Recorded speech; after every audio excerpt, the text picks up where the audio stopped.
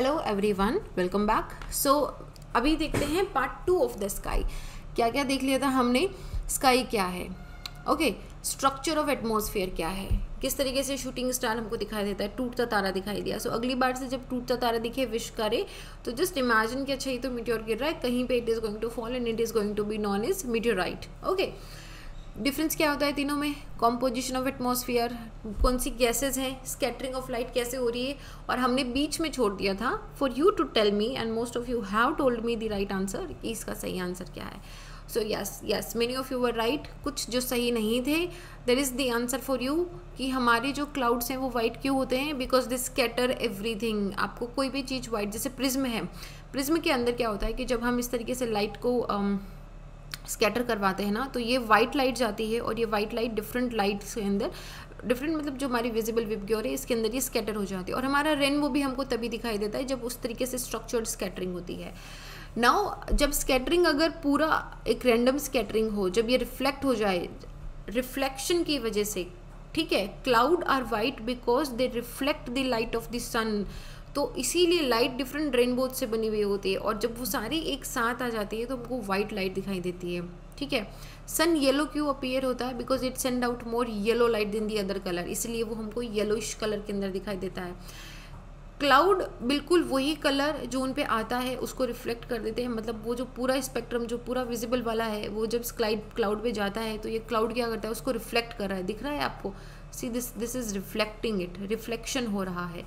इस रिफ्लेक्शन की वजह से ही आपको जो है जनरली क्लाउड जो है वो वाइट दिखाई देता है। कभी कभी ये थोड़ी सी हल्की फुल्की लाइट को पेनिट्रेट करके, इसको रिफ्लेक्ट करके पेनिट्रेट करके अपने अंदर रख लेता है। अपने अंदर तो जनरली नहीं रखता है, बट ये मोस्टली लाइट को स्कैटर कर देता है ऑल द डायरेक्शंस में, इसीलिए क्लाउड हमको वाइट दिखाई देता है। Why do you see a white cloud into the blue sky, sky blue दिखाई दे रहा है क्योंकि डस्ट पार्टिकल से लाइट का स्कैटरिंग होके जो ब्लू वाली हमारी लाइट थी वो स्कैटर हो गई है, इस वजह से ब्लू दिखाई दिया।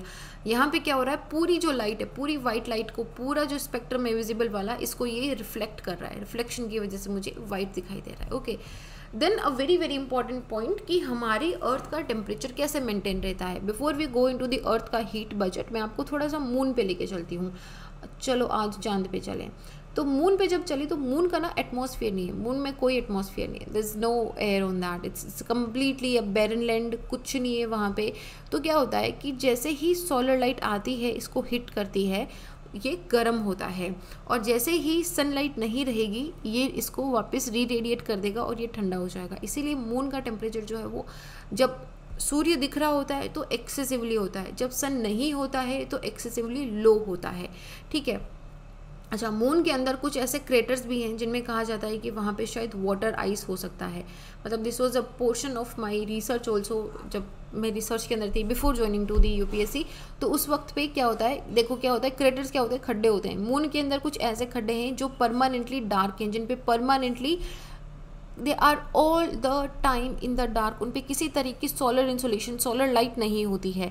नाउ मून पे क्या है कि किसी तरह की स्कैटरिंग नहीं होती है, तो किसी भी तरह की लाइट स्कैटर ही नहीं होती, जो आती है सन रे सीधी यहाँ पे आएगी, या तो रिफ्लेक्ट हो जाएगी, एब्जॉर्ब होगी और चली जाएगी, कोई स्कैटरिंग नहीं हो रही है। स्कैटरिंग ना होने की वजह से, एटमॉस्फेयर वार्म नहीं होने की वजह से, ये जो कुछ क्रेटर जो परमानेंटली डार्क रहते हैं, जो परमानेंटली कोल्ड रहते हैं, यहाँ पे किसी भी तरह की गर्मी या सनलाइट नहीं पहुँचती है, इसकी वजह से ये all the time excessively cold रहते हैं।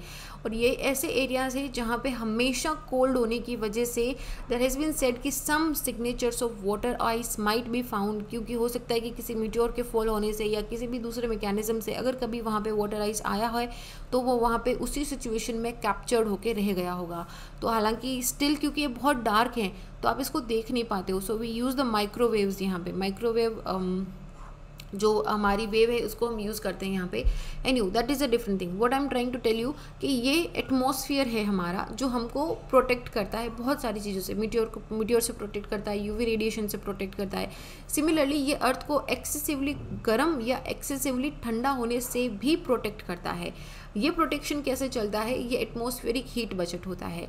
देखो, मानो कि सन से अगर 100% वेव आ रही है, मान लो कि 100 यूनिट कोई भी वेव आ रही है, तो इसमें से short wave ultra wave radiation जो है 50% वो कुछ इसमें से एब्जॉर्ब हो जाती है, कुछ यूवी रिफ्लेक्ट हो जाती है, कुछ 25% के आसपास जो है वो क्लाउड से रिफ्लेक्ट हो जाती है, कुछ क्लाउड एब्जॉर्ब कर लेता है, और कुछ जो है वो अर्थ की सरफेस पे पहुंच जाती है और वो अर्थ की सरफेस को गर्म करती है।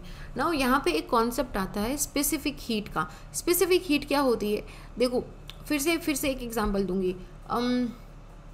जैसे ही सूर्य गर्म हुआ, ठीक है, आपके घर के बाहर मान लो कि एक पानी का टैंक रखा हुआ है, और एक मतलब जैसे घर के बाहर हमारा आंगन है जहाँ पे कोई छत वगैरह नहीं है, खुला ओपन आंगन है वो। जैसे ही और ये सीमेंट का बना हुआ है या टाइल से बना हुआ है, तो जैसे ही सूर्य आया, ठीक है, जैसे ही सनराइज़ हुआ, वैसे ही आप देखोगे with in half an hour और समथिंग ये फर्श इतना बर्न करता है कि आप बिना चप्पल इस पर चल ही नहीं पाते हो, इतना जलने लग जाता है, जाते ही ऐसे पाँव जलने लग जाते हैं, ठीक है। और दूसरा है कि पानी की टंकी में सुबह सुबह अगर आप नहा लेते हो तो आपको इतनी गर्म पानी नहीं आता, और वही आप एक बार दोपहर को नहाओ, इतना गर्म पानी आता है, ऐसा लगता है कि जैसे गीजर चला दिया हो किसी ने, ठीक है, समर के अंदर गीजर की बात कर रहे हैं। तो ये क्यों हुआ कि ये पानी तो दोपहर तक गर्म हुआ और ये ज़मीन जैसे ही सूर्य आई वैसे गर्म हो गया। ये होता है डिफरेंस इन स्पेसिफिक हीट के वजह से। ज़मीन जो होती है इसकी स्पेसिफिक हीट काफ़ी कम होती है, मतलब कि ये इसको कम तापमान चाहिए गर्म होने के लिए। व्हाट हैपन्स कि बड़ा सिंपल सा मैकेनिज्म है, ज़मीन जो है ये होती है सॉलिड, ओके। जब सन वेव्स आती हैं, सोलर इंसोलेशंस आती हैं, जब सूर्य की किरणें इस पर गिरती है तो दो चीज़ें होती है कि या तो ये इसको रिफ्लेक्ट कर देगा या फिर बहुत हल्का सा पोर्शन इसका एब्जॉर्ब होगा, क्योंकि ये सॉलिड है, इसके अंदर से सनरेज पेनिट्रेट नहीं कर पाती हैं, तो ये क्या करता है, हीटअप हो जाता है, बहुत जल्दी हीटअप हो जाता है ये। इसीलिए जैसे ही शाम हुई, सन सेट हुआ, रात हो गई, तो अब क्या करेगा, जो ये हीटअप हो गई, जो गर्म हुआ था, ये फटाफट से अपनी लॉन्ग वेव रेडिएशन इसको लूज़ करके ये ठंडा हो जाता है। इसलिए ज़मीन रात को जैसे ही सनसेट हुआ थोड़ी देर में वापस ठंडी हो जाती है, जैसे सैंड ड्यून्स भी हैं। अगर आप कभी गए हो धोरों की तरफ, मिट्टी के धोरों की तरफ सैंड ड्यून पे घूमने के लिए, आप देखोगे कि सनराइज होते ही it is almost impossible to walk on the sand dunes, क्योंकि वो एक्सेसिवली गर्म हो जाते हैं, क्योंकि लो स्पेसिफिक हीट होता है। लेकिन जैसे ही सनसेट हुआ आप आराम से घूमो, उसके अंदर लुटो, वो बहुत ही लाइक ऑसम होता है, बहुत ठंडे ठंडे से वो लगते हैं। जैसे अब या फिर अर्ली मॉर्निंग चले जाओ सनराइज़ के जस्ट टाइम पे या जस्ट उससे पहले, तो ये कूल होता है। अब पानी की टंकी के साथ क्या हुआ, पानी जो है ये लिक्विड है, ये फ्लो करता रहता है और ये ट्रांसपेरेंट भी है। तो जब सोलर इंसोलेशन, सूर्य की किरणें इस पर गिरती है, तो कुछ पार्ट इसका रिफ्लेक्ट हो गया क्योंकि मीडियम चेंज हो गया, है ना। देखो तीन चीज़ें होती है, रिफ्लेक्शन, रिफ्रैक्शन और स्कैटरिंग। रिफ्रैक्शन क्या होता है कि जब सूर्य की किरणें या कोई भी लाइट एक मीडियम से दूसरे मीडियम में आती है तो वो अपना एंगल बदल लेती है, इस तरीके से, इसको बोलते हैं रिफ्रैक्शन, REFRACTION, रिफ्रैक्शन। अगर ये यहाँ से आके सीधा रिफ्लेक्ट होकर ऊपर चली गई है तो उसको हम बोलते हैं रिफ्लेक्शन। स्कैटरिंग हमने देखा था कि इस तरीके से चारों तरफ बिखर जाती है, उसको स्कैटरिंग बोलते हैं। तो क्योंकि पानी ट्रांसपेरेंट है, ये क्या कर देगा, एब्जॉर्ब कर लेता है, और ये ट्रांसपेरेंट है, इसमें एक मीडियम से दूसरे मीडियम में चेंज हो रहा है, तो ये पानी, ये सूर्य की किरणें पानी में काफ़ी दूर तक जाती है, तो मतलब ये इसको डीप हीट करती है। डीप हीट करने में इसको टाइम लगता है, it takes a little bit time, तो इसीलिए पानी का स्पेसिफिक हीट ज़्यादा होता है। इसीलिए आप देखोगे कि गर्म दोपहर तक हुआ है, लेकिन अगर आप मान लो रात को 10 बजे 11 बजे भी अगर आप एक शावर लेना चाहो तो आप देखोगे कि अभी तक टंकी में गर्म पानी है, लेकिन सुबह सुबह तक वो फिर से ठंडा हो जाएगा, क्योंकि उस लॉन्ग ड्यूरेशन के अंदर वो धीरे धीरे अपनी हीट लूज़ कर देता है। नाउ ये टंकी का पानी जो है ये तो छोटा सा पानी, it is nothing, it is just few litres only. जब हम बड़े ओशन की या बड़ी वाटर बॉडी की बात करते हैं तो इट टेक्स मोर टाइम। इसी वजह से land breeze and sea breeze भी चलती है कोस्टल एरियाज़ के अंदर। इसको बोलते हैं, ये जो फिनोमेना है हाई स्पेसिफिक हीट वाला, इसकी वजह से कोस्टल एरिया में मॉडरेटिंग इफेक्ट ऑफ सी होता है। मॉडरेटिंग इफेक्ट ऑफ सी का मतलब क्या है, कोस्टल एरिया जैसे आप चलो मुंबई में या फिर साउथ इंडिया के अंदर, कभी वहाँ पे विंटर्स नहीं होते, there are no winters because of this phenomena only, okay, and that also that is near to the ocean, okay. तो ये एटमॉस्फेरिक बजट हो गया, ये पूरा एटमॉस्फेरिक बजट है, कितनी यूनिट आती है, कितनी यूनिट जाती है। अगर हम माने कि इनकमिंग सोलर रेडिएशन मेरा 100 यूनिट का है, तो इसमें से 31 यूनिट जो है वो तो ऊपर से ही रिफ्लेक्ट हो जाती है, आएंगी नहीं, चाहे वो आप कहीं से भी मान लो, चाहे वो आइस से रिफ्लेक्ट हो गई हो या वो स्कैटर्ड रेडिएशन है कि कुछ स्कैटरिंग स्पेस की तरफ चली गई है, तो वो चली गई, 31 यूनिट तो पहुँची ही नहीं है सरफेस पे। अब उसमें से जो 21 यूनिट्स हैं वो 3 यूनिट जो है वो ओजोन एब्जॉर्व कर लेता है, 19 यूनिट जो है वो एटमॉस्फेयर में ट्रांसफ़र हो जाती है, 45 यूनिट जो है वो हमारी अर्थ की सरफेस के द्वारा एब्जॉर्व हो जाती है। तो इस तरीके से आप देखोगे कि डिफरेंट डिफरेंट मैकेनिज्म हो रही है कि यहाँ पे हो क्या रहा है, व्हाट इज़ हैपनिंग। तो ये सारी +31 जो है दिस इज़ लाइक कि एब्जॉर्व हो गई है, दिस इज़ हियर। उसी तरीके से जब ये सरफेस हीटेड हो जाता है, जब ये गर्म हो जाएगी हमारी अर्थ की सरफेस, तो ये धीरे धीरे वापस लूज़ करना स्टार्ट होगी। तो ये लॉन्ग वेव रेडिएशंस निकलते हैं यहाँ पे। ये लॉन्ग वेव रेडिएशंस क्या करते हैं, ये वापस क्या होंगे, एटमॉस्फेयर को क्रॉस करके जाएंगे। जैसे शॉर्ट वेव रेडिएशन एटमॉस्फेयर को क्रॉस करके अर्थ पे आए थे, उसी तरीके से ये लॉन्ग वेव रेडिएशन एटमॉस्फेयर को क्रॉस करके स्पेस की तरफ जाएंगे। तो उसमें क्या होता है कि कुछ इसके द्वारा एटमॉस्फेयर के द्वारा एब्जॉर्व हो जाएंगे, कुछ स्कैटर हो जाएंगे, कुछ बाहर निकल जाएगा। तो ऑलमोस्ट पूरा 100 यूनिट जो है वो लॉस हो जाता है। ठीक है, ये मेरा एक बैलेंस्ड है, हीट बैलेंस बोलते हैं इसको, हीट बैलेंस्ड है ये। मैं आपको इसमें यूनिट्स नहीं बता रही हूँ, आप इसमें एक बार देख लेना यूनिट्स, क्योंकि these are very simple things, units के अंदर कुछ है नहीं है सच। Are you having fast today? Yeah, we can keep. लेकिन ये हीट बैलेंस डिस्टर्ब हो जाता है जब ग्रीन हाउस गैसेस की वजह से, और इन्हीं ग्रीन हाउस गैसेस की बदौलत एंड जो डस्ट पार्टिकल्स हैं उनकी बदौलत हमारा एटमॉस्फेयर गर्म रहता है, which means it is survivable for us, which means it is sustainable for us. अगर ये एक्सेसिवली ठंडा हो जाता तो हमारी सर्वाइवेबिलिटी नहीं होती। Now what happens, green house gases क्या करती है, ग्रीन हाउस गैसेस बड़ी स्मार्ट है। ग्रीन हाउस जो शॉर्ट वेव रेडिएशन सन से आ रही है, ये बहुत तेज टेम्परेचर की होती है, बहुत हाई होती है, तो ये इसको पास होने देती है। ग्रीन हाउस गैस के जो गैसेज होती हैं, मॉलिक्यूल्स होते हैं, वो ये सूर्य से आने वाली किरणों में कोई छेड़छाड़ नहीं करती है, बिल्कुल अर्थ तक पहुंच गई है। लेकिन जो अर्थ से इंफ्रारेड रेडिएशन निकल रहा है उसको ये लॉन्ग वेव रेडिएशंस हैं, इस लॉन्ग वेव रेडिएशन को ये जाने नहीं देती है। ये इस तरीके से एब्जॉर्व कर लेती है, एब्जॉर्व करके फिर ये क्योंकि अब गर्म हो गया है एटम, ठीक है, तो ये क्या करती है, फिर इसको रीरेडिएट करती है। वैसे देखा जाए तो अच्छी बात है, green house gases are very much important for the maintaining of temperature of the earth. नहीं तो ये हम बहुत ठंडे और बहुत गर्म हो जाते हैं, चाहिए हमको, दिस इज़ इम्पॉर्टेंट। बट जब भी हम क्लाइमेट चेंज की बात करते हैं, या फिर हम ग्लोबल वार्मिंग की बात करते हैं, या फिर हम increased concentration of green house gases की बात करते हैं, हम क्या बोल रहे हैं कि अगर यहाँ पे सिर्फ 40 यूनिट में, एग्जाम्पल की तरह बता रही हूँ आपको, सिर्फ एग्जाम्पल की तरह लेना, कि अगर यहाँ पे 40 यूनिट ग्रीन हाउस गैसेस चाहिए जो अर्थ के टेम्परेचर को मेंटेन करके रख रही है, अभी ये 40 से बढ़ के 80 हो गई है। इसका मतलब है कि ये जो अर्थ से निकल के लॉन्ग वेव रेडिएशन जा रहा है, इसको ये ज़्यादा एब्जॉर्व कर रही है ना। मतलब जो निकल के पूरा हीट बैलेंस, हीट बजट पूरा जाना चाहिए था, इसको ये जाने नहीं दे रही है। Now it is absorbing more, when it is absorbing more, तो इसका मतलब है कि ये जो ये +14 यूनिट है ना, ये +14 यूनिट इंक्रीज़ हो रहा है। इसका मतलब है कि ज़्यादा एनर्जी या ज़्यादा लॉन्ग वेव रेडिएशन एटमॉस्फेयर के अंदर रह रहे हैं, इसकी वजह से एटमॉस्फेयर कंटिन्यूसली गर्म होता जा रहा है। सो ये जो गैसेस होती हैं, अच्छा ये वाटर वेपर जो होता है, ये भी इसी तरह का काम करता है कि लॉन्ग वेव रेडिएशन को एब्जॉर्व कर लेता है। बट वाटर वेपर के साथ चीज़ क्या है कि ये बड़ी टेम्प्रेरी है, ये लॉन्ग टर्म नहीं है। ये जहाँ पे ज़्यादा सोलर इंसोलेशन हुआ, वाटर बॉडी हुई, वहाँ पे ये होता है। But this is not a big deal. Big deal हमारी होती है ग्रीन हाउस गैसेस की। ये increased concentration of green house gases ज़्यादा लॉन्ग वेव रेडिएशन को एब्जॉर्व करती है और फिर इसको रीरेडिएट करके इस टेम्परेचर को गर्म करती रहती है। इसीलिए हम बोलते हैं कि अर्थ का टेम्परेचर इंक्रीज़ हो रहा है। और जब हम बोलते हैं कि अर्थ का टेम्परेचर इंक्रीज़ हो रहा है, इसका मतलब क्या है कि अर्थ का जो एटमॉस्फेयर है, जो हमारे चारों तरफ हवा है, जहाँ पे हम टेम्परेचर को कैलकुलेट मेजर करते हैं, वो कंटिन्यूसली इंक्रीज हो रहा है। So this is how the green house gases are impacting the heat balance. वो हीट बैलेंस को गड़बड़ा रही है। जो +14 था हमारा, इस +14 को ये गड़बड़ा रही है। यहाँ पे ये नहीं चाहिए हमको। ओके, सो ये तो हो गई ग्रीन हाउस की। अब ये सब इनविजिबल है, हमको नहीं दिखाई देता। वी ओनली फील इट जब टेम्परेचर राइज होना स्टार्ट हो जाता है, तब हमको फील होता है। Now come to the clouds. बादल कैसे बनते हैं?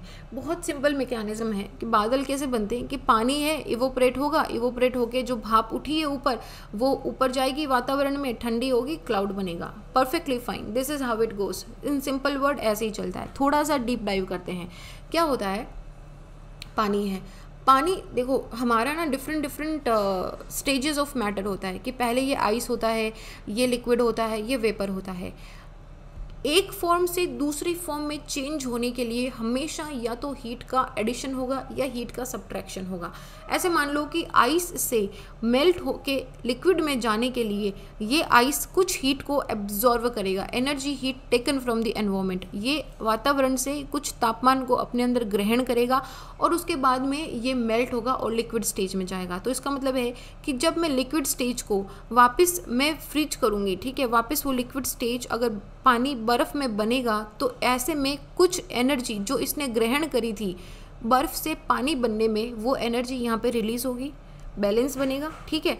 जब वो बर्फ़ से पानी की स्टेज में जाएगा तो उसने कुछ हीट एब्जॉर्व करी है। एग्जाम्पल देखो, एक बर्फ़ का टुकड़ा है, आपने उसको फ्रीज़र में, जहाँ पे हम बर्फ़ जमाते हैं, बर्फ़ का टुकड़ा फ्रीज़र में क्यों नहीं पिघलता? वो बर्फ़ का टुकड़ा जब आप बाहर वातावरण में लेके आ गए, पिघलने कैसे लग गया? What changed? The temperature around it changed. Freezer के अंदर क्या है? टेम्परेचर हाई है, सॉरी टेम्परेचर लो है, लो टेम्परेचर है, तो इसकी वजह से उसके आसपास के वातावरण में इतनी गर्मी नहीं है कि उसको एब्जॉर्व कर सके। लेकिन जैसे ही आपने हीट के टुकड़े को बाहर निकाला, वो उसने आसपास के वातावरण से गर्मी को एब्जॉर्व करना स्टार्ट कर दिया और वो मेल्ट होके लिक्विड में आ गया। अब आपका क्या हुआ? मान लो कि आपने एक बीकर के अंदर, एक बर्तन के अंदर, एक भगोने के अंदर इस आइस को मेल्ट होने दिया, उसको पड़े रहने दिया, 2 घंटे वो पड़ी रही, आइस पूरी मेल्ट हो गई, लिक्विड में हो गई। तो इसने क्या करा? वातावरण से जो हीट थी इसको खुद में एब्जॉर्व कर लिया। ऑल राइट, अब आपने इस लिक्विड को गर्म करना स्टार्ट करा, आपने इसको गैस पे चढ़ा दिया और ये धीरे धीरे गर्म हो रहा है। जब ये धीरे धीरे गर्म हो रहा है तो क्या होगा? ये फिर से, ये जो आप गर्म कर रहे हो ना, ये ऊष्मा कहाँ जा रही है? क्या आपको ये कहीं और वातावरण में जाती हुई दिख रही है? नहीं, लिक्विड इसको एब्जॉर्व कर रहा है। ये लिक्विड जब इसको एब्जॉर्व करेगा तो ये क्या होगा? फिर से अपनी स्टेज चेंज करेगा और ये इवोपरेट होना स्टार्ट हो जाएगा। आप देखोगे धीरे धीरे उबल रहा है और पानी इवोपरेट हो रहा है, भाप बन के ऊपर उड़ रहा है। तो ये भाप ने क्या करा कि फिर से ये जो एनर्जी है इसको ग्रहण करा। अब जब ये भाप वापस लिक्विड स्टेज में जाएगी तो क्या होगा? ये उस जो एनर्जी इसने ग्रहण करी थी उसको रिलीज़ करेगा, उसको छोड़ेगा, ठीक है। तो बस यही जो कंडेंसेशन का प्रोसेस होता है, जब कोई भी भाप या कोई भी वाटर वेपर वापस लिक्विड या किसी भी पानी में वापस बनती है तो वो एक एनर्जी को रिलीज़ करती है। बिल्कुल इसी स्टेज में जब ये पानी यहाँ से इवोपरेट हो रहा है, सोलर इंसोलेशन, ये पानी, ये जो सूर्य है ये कंटिन्यूसली पानी को हीट अप कर रहा है। ये हीट अप होके इस तरीके से हीट हो रहा है कि लिक्विड यहाँ पे जो पानी है इसने इस एनर्जी को ग्रहण करा और ये इवोपरेट हुआ, ये भाप में बन के ऊपर उठा। अब जैसे ही ये ऊपर की तरफ उठेगा, हमने एक चीज़ देखी थी लास्ट वाले में कि टेम्परेचर डिक्रीज़ होगा। नाउ टेम्परेचर डिक्रीज़ होने के साथ ही ये जो वाटर वेपर है, ये वेपर फिर से बोलेगी कि अब मैं वाटर में टर्न होंगी क्योंकि टेम्परेचर हो गया डिक्रीज़। यहाँ पे एक एब्सोल्यूट ह्यूमिडिटी का कॉन्सेप्ट आता है जिसको मैं अभी डीप में नहीं जाऊँगी, लेकिन जैसे ही टेम्परेचर डिक्रीज़ होता है, जो रिलेटिव ह्यूमिडिटी होती है हमारी, मैंने एब्सोल्यूट बोला था, रिलेटिव ह्यूमिडिटी जो होती है हमारी वो इंक्रीज़ हो जाती है। मतलब कि पानी, हवा का जो मॉइस्चर होल्डिंग कैपेसिटी है वो डिक्रीज़ हो जाता है। ठंडी हवा में कम मॉइस्चर होगा, गर्म हवा में ज़्यादा मॉइस्चर होगा। Simple to understand, okay. अब क्या हो रहा है कि ये ऊपर चला गया, टेम्परेचर कम हो गया, इसने बोला वेपर ने कि मेरे को वापस पानी में कन्वर्ट होना है, तो पानी में कन्वर्ट हो गया। बट पानी क्या है कि लिक्विड ही है, ये वेपर क्या है? गैस है, ये आराम से एटमॉस्फेयर में रह सकती है, इसको किसी सपोर्ट की ज़रूरत नहीं है। लेकिन जैसे ही ये गैस लिक्विड के अंदर कन्वर्ट होगी, अब ये लिक्विड को सपोर्ट की ज़रूरत है, लिक्विड ऐसे एटमॉस्फेयर में नहीं रह सकती। तो जो डस्ट पार्टिकल्स होते हैं ना, डिफरेंट डिफरेंट डस्ट पार्टिकल्स हैं, ये डस्ट पार्टिकल हाइग्रोस्कोपिक न्यूक्लियाई की तरह काम करते हैं, एज अ बेस वर्क करते हैं। तो ये इस हाइग्रोस्कोपिक न्यूक्लियाई जो है, जो डस्ट पार्टिकल हैं, जो पार्टिकुलेट मैटर है, जो पोल्यूटेंट मैटर है हमारे एटमॉस्फेयर के अंदर, जो स्कैटरिंग कर रहे थे अभी तक, जो स्कैटरिंग का काम कर रहे थे, अब वो ये भी काम कर रहे हैं कि वो हाइग्रोस्कोपिक न्यूक्लियाई बन जाएंगे। तो ये जो गैस से लिक्विड में बना है, ये इस हाइग्रोस्कोपिक न्यूक्लियाई के चारों तरफ कंडेंस हो जाता है, ठीक है। इस तरीके से कंडेंसेशन हो जाता है। ये कंडेंसेशन बाद में क्लाउड के अंदर बनता है, ये सब एक साथ इकट्ठे होते हैं, धीरे धीरे बड़े होते जाते हैं और ये पूरा एक क्लाउड बन जाता है। डिपेंडिंग अपॉन कि कितने डस्ट पार्टिकल हैं, डिपेंडिंग अपॉन कि उस हवा में मॉइस्चर कितना है, इन सारी चीज़ों पे डिपेंड करता है कि हमारा किस टाइप का क्लाउड बनेगा, कौन से एल्टीट्यूड पे क्लाउड बनेगा। But this is the general mechanism for the cloud formation. एक बार फिर से देखो, सूर्य है, सूर्य की गर्मी से पानी गर्म हुआ, पानी लिक्विड से वेपर के अंदर कन्वर्ट होगा। ये लिक्विड से वेपर के अंदर जब कन्वर्ट होगा तो ये क्या करेगा? हीट को इसने एब्जॉर्व करा है, अभी इसके अंदर प्लस हीट है, ठीक है। अब ये क्या करा, ये वेपर ऊपर उठा ऊपर उठा ऊपर उठा। अब जब ये ऊपर उठेगा तो टेम्परेचर यहाँ पे डिक्लाइन होगा, क्योंकि एल्टीट्यूड जैसे ही हाइट ऊपर जाएगा तो टेम्परेचर कम होगा। टेम्परेचर कम होने से हवा की जो मॉइस्चर होल्डिंग कैपेसिटी है कि ये कितना मॉइस्चर होल्ड कर सकता है वो डिक्रीज हो जाएगी। इसका मतलब है अभी ये कंडेंसेशन एक ड्यू पॉइंट पे आ गया है। जैसे ही ये ड्यू पॉइंट पे आएगा, ठीक है, ये सारी एडियाबैटिक प्रोसेस है, इसको ये पूरा ज्योग्राफी ऑप्शनल का है जिसको हम इन फ्यूचर कभी पढ़ेंगे। हाल फिलहाल हम बस एक बेसिक अंडरस्टैंडिंग ले रहे हैं। टेम्परेचर कम होने से अब ये जो वाटर वेपर था फिर से ये लिक्विड के अंदर टर्न होगा, तो यहाँ पे प्रोसेस ऑफ कंडेंसेशन हो रहा है। इस प्रोसेस ऑफ कंडेंसेशन के अंदर ये जो प्लस था ये लेटेंट हीट ऑफ कंडेंसेशन को रिलीज करेगा, यहाँ पे ये लिक्विड में कन्वर्ट हो गया। अब इस लिक्विड को एक बेस चाहिए जहाँ पे ये रह सकता है, तो जो डस्ट पार्टिकल्स हैं इनके चारों तरफ ये जम जाएगा और धीरे धीरे धीरे धीरे ये पूरा एक क्लाउड का फॉर्मेशन हो ले लेगा। एंड लाइक दिस एक क्लाउड बन जाएगा और धीरे धीरे क्लाउड बन जाएगा। एग्जाम्पल दूँ मैं आपको, अगर आप कभी माउंटेन एरिया में घूमने गए हो and you are just driving, you would see कि धीरे धीरे ना एक क्लाउड बिल्डअप हो रहा है। आप देखो कि देखो अरे देखो क्लाउड फॉर्म हो रहा है, धीरे धीरे you would just see the formation of the cloud. क्यों हो रहा है? क्योंकि हायर एल्टीट्यूड के अंदर वो जो मॉइस्चर है वो ठंडा हो रहा है, ठंडा होकर वो कंडेंस हो रहा है, कंडेंस होकर वो इस तरीके से धीरे धीरे क्लाउड का फॉर्मेशन कर रहा है। और ये आपको सुबह सुबह दिखाई देगा, लेकिन या फिर सुबह या फिर अगर ऊपर बहुत घने बादल हैं, सूर्य की किरणें पहुंच नहीं रही है, तापमान ठंडा है तो, लेकिन जैसे ही सूर्य की किरणें गिरेगी ये क्या होगा, इसके टेम्परेचर को अप कर देगी। जैसे ही हवा का तापमान ज़्यादा होगा, हवा का जो मॉइस्चर होल्डिंग कैपेसिटी है वो फिर से इंक्रीज हो जाएगा और वो बादल जो है वो बिखर जाएगा। Okay, this is the process कि how clouds are being formed. तो डिफरेंट क्लाउड्स होते हैं डिफरेंट एल्टीट्यूड पे। जो सबसे नीचे क्लाउड होते हैं इनको हम बोलते हैं क्यूमुलस या क्यूमुलोनिम्बस क्लाउड होते हैं। स्ट्रेटोक्यूमुलस होते हैं, स्ट्रेटस क्लाउड होते हैं। स्ट्रेटस और क्यूमुलस जब मिल जाते हैं तो स्ट्रेटोक्यूमुलस क्लाउड होते हैं डिफरेंट फॉर्म के हिसाब से। अगर ये आपको इस तरह का जो हम पिक्चर्स में बनाते हैं ना, अगर इस तरह का क्लाउड दिखाई देता है तो this is a cumulus cloud. अगर बिल्कुल एक शीट की तरह दिखाई देता है कि पूरी एक शीट बिछी हुई है आसमान में, तो दैट इज स्ट्रेटस क्लाउड। अगर ऐसे छोटे छोटे बिखरे हुए रुई के फूंबे टाइप दिखाई देता है कि रुई के ऐसे छोटे छोटे, देखो मैंने इसको फूंबे बोला है, राजस्थान में इसको ऐसे ही बोलते हैं।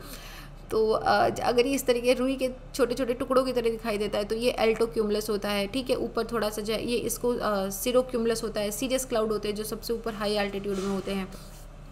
Okay, so these are the different types of the cloud in the troposphere. ये सब ट्रोपोस्फेयर के अंदर क्लाउड होते हैं। अब बात करते हैं सबसे लास्ट एंड सबसे most magnificent feature of the earth, that is the dancing light.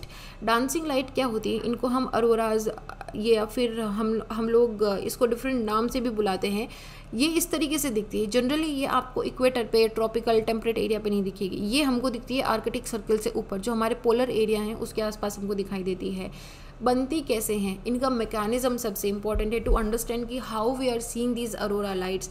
बहुत ही मैग्निफिसेंट फीचर होता है। This is in my wish list, number 1 पे है ये मेरा। I don't know when I would be able to go and you all be able to go. If I ever go I promise that I will share something from here. So okay, होता क्या है, देखो बनती कैसे हैं ये, how we are seeing these features, और वहीं पे क्यों दिखाई देती है हमको, ये बड़ा इंपॉर्टेंट क्वेश्चन है। सूर्य बहुत गर्म है, आग का उबलता हुआ गोला है, तो ये क्या करता है, रेडिएशंस यहाँ से डालता रहता है। तो इसी के अंदर सोलर विंड जो है ये बाहर की तरफ भेजता है। ये सोलर विंड है ना, ये चार्ज्ड पार्टिकल्स होते हैं, ये सन के चार्ज्ड पार्टिकल हैं। जब ये चार्ज्ड पार्टिकल आगे की तरफ जाएंगे जाएंगे जाएंगे और ये जिस भी चीज़ से टकराते हैं उसको ये इलेक्ट्रीफाइड कर देते हैं। ठीक है, नो व्हाट इज़ हैपनिंग कि हमारे जो अर्थ है, अर्थ के अंदर एक कोर है। ठीक है, तो हमारी inner core and outer core है। तो हमारी इनर कोर जो है वो है सॉलिड, आउटर कोर जो है वो लिक्विड। तो ऐसे मानो कि जो सॉलिड इनर कोर है वो एक लिक्विड आउटर कोर में इस तरीके से घूमती रहती है कि वो एक मैग्नेट जनरेट करती है। ठीक है, मैग्नेटिक एनर्जी जनरेट करती है। तो वही मैग्नेटिक जो फील्ड है वो अर्थ को प्रोटेक्ट करता है। अब ये मैग्नेटिक फील्ड हमारा प्रोटेक्ट करता है बड़ी अच्छी तरीके से। इसके बिना भी हमारा सर्वाइवल नहीं होता। मतलब जब आप पूरे अर्थ को पढ़ोगे देन यू विल सी कि so many features are in the earth which are so important for the survivability of the earth. अगर इनमें से एक भी चीज़ बदल जाए, हट जाए, चेंज हो जाए तो हमारी सर्वाइवेबिलिटी पे बड़ा क्वेश्चन मार्क लग जाएगा। तो ये जो मैग्नेटिक शील्ड है ये क्या करती है, इस तरीके से चारों तरफ से ये तो north pole and south pole वाला है। ठीक है, तो ये क्या करती है, मैग्नेटिक शील्ड इस तरीके से अर्थ को प्रोटेक्ट करती है। नाउ व्हाट हैपन्स कि ये जो 93 मिलियन अवे वाला सन है, जब ये इस तरीके जो चार्ज्ड पार्टिकल हैं इनको जब भेजता है तो अर्थ के मैग्नेटिक फील्ड के साथ ये रिएक्ट करता है। जब ये रिएक्ट करता है तो ये देखो क्या होता है कि इस तरीके से एटम्स होते हैं, ठीक है, डिफरेंट जो गैसेस होती हैं, गैसेस के एटम्स होते हैं। जब ये एटम इस चार्ज्ड पार्टिकल के साथ हिट होगा तो ये क्या करेगा, एनर्जी ग्रहण करेगा, ठीक है। एक न्यूक्लियस होता है, उसके इसमें हमारे प्रोटॉन एंड न्यूट्रॉन होते हैं, बाहर हमारे इलेक्ट्रॉन्स होते हैं। जब इस इलेक्ट्रॉन को एनर्जी दी जाती है तो ये जंप करके हायर क्लासेस के अंदर आ जाता है, ठीक है, हायर ऑर्बिट में आ जाता है। उसके बाद जब ये वापस लोअर ऑर्बिट में आएगा तो ये एक एनर्जी को रिलीज़ करता है ना, तो ये जो रिलीज़ करता है वही हमको अरोरा लाइट की तरह दिखाई देती है।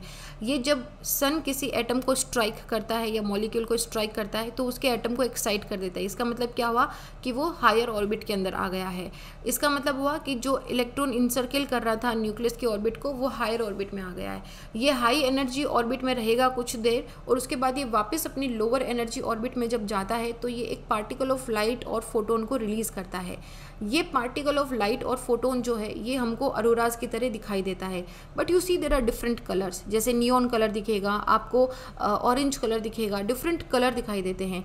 ये डिफरेंट कलर होते हैं डिफरेंट गैसेस की वजह से। जैसे ऑक्सीजन से अगर हिट हुई, वो अगर ऑक्सीजन का एटम एक्साइट हुआ तो वो ग्रीन कलर का अरोरा दिखाई देगा। अगर नाइट्रोजन गैस का एटम एक्साइट हुआ तो वो रेड या ब्लू कलर दिखाई देगा।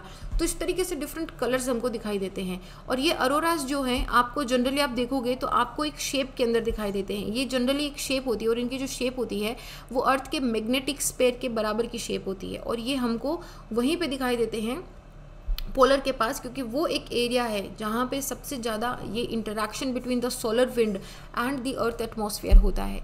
तो हमको ये मोस्टली जो हमारे पोलर कैप्स हैं उनके आसपास दिखाई देती है, चाहे वो आर्कटिक हो या अंटार्कटिका हो, वहाँ पे हमको दिखाई देती है। These are some magnificent features, ये बहुत ही ब्यूटीफुल दिखाई देती है ये। तो this is about the aurora also. So I hope now when you look at the sky you can tell कि कैसे स्काई स्कैटर कैसे हो रहा है, क्लाउड कैसे बने, क्लाउड की डिफरेंट शेप कैसे आई है, क्लाउड हमको ज़्यादा कहाँ पे दिखाई देते हैं, अरोराज क्यों दिखाई देती है। I think every feature which you look at the sky and you want to see, this is pretty much clear to you. कोई भी अगर रह गया है कि अच्छा ये टॉपिक समझ नहीं आया, कमेंट सेक्शन में लिखो अभी के अभी और उसका आंसर हो जाएगा। Because when you look at the sky and if somebody ask you, so दूसरी बार से किसी को इम्प्रेस भी करना हो then you can definitely go and like अच्छा ये ऐसे होता है, राइट।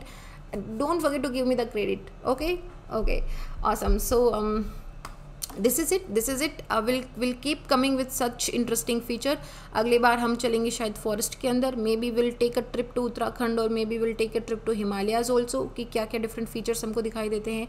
और maybe we will walk down the lines of the river also, कि रिवर जहाँ से ओरिजिनेट होके बे ऑफ बंगाल में गिरती है तब तक आपको क्या क्या फीचर दिखाई देते हैं। Will take a trip to the river also.